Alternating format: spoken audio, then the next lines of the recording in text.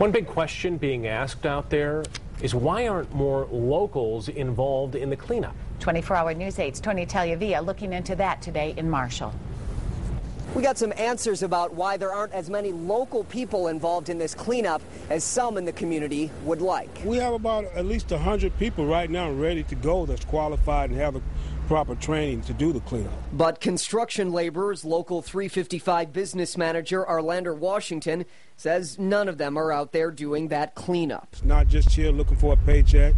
This is their community. They want to clean up that area. He says some of his members are working on the spill as a whole. We have approximately about 32 laborers working on the repair of the pipe right now.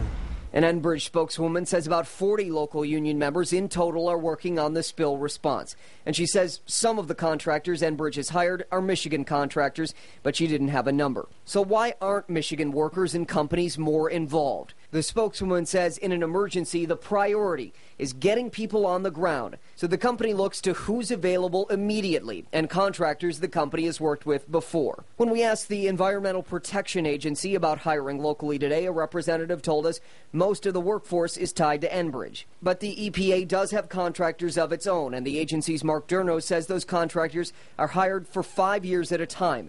So the contracts are set up well in advance of any individual emergency. He says EPA has hired local people for certain jobs like electrical services. The Enbridge spokeswoman points out workers need special training. The local 355 business manager says our workers have that. A statement from Enbridge notes contractors could need extra people locally. So if you are in a union, contact your local hall.